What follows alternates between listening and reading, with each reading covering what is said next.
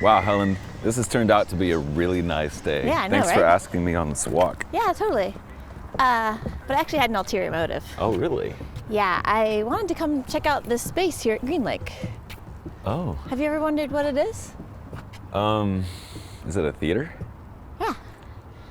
Actually, this space used to be a very important theater called the Aqua Theater. The Aqua Theater. Yes, and guess what? What? We're gonna do a MOHAI Minute about it. No way. Uh-huh. I'm Helen Divya. And I'm Peter Nelson. And this is your MOHAI Minute.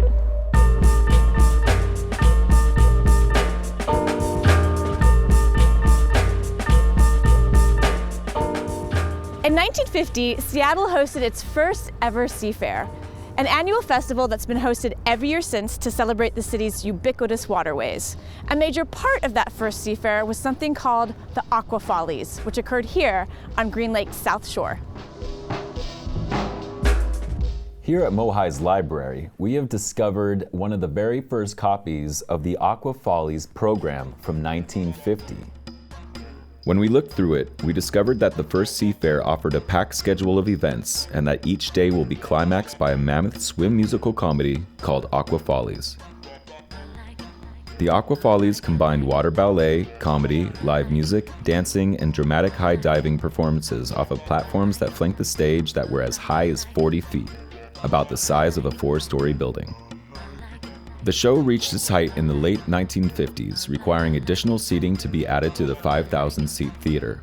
But by the early 1960s, the Aqua Follies' popularity was declining, partly because of Seattle's unreliable weather, and partly, some claim, because of new entertainment and amusement options that had been introduced as a result of the Seattle 1962 World's Fair.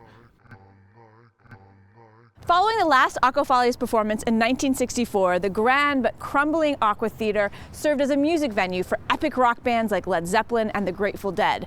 But the theater had to be torn down in 1970 due to disrepair. Though the Aqua Follies were discontinued, Seafair boomed and went on to be more popular than ever. And here at MOHAI, we have one of Seafair's most iconic relics, a hydroplane called the Slow Motion 4.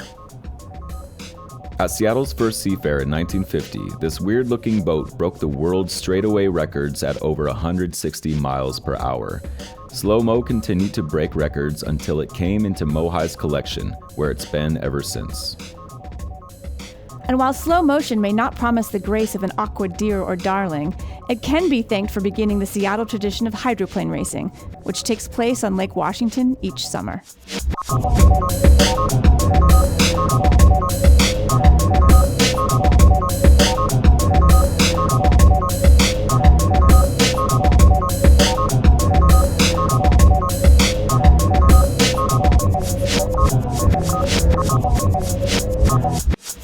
Oh.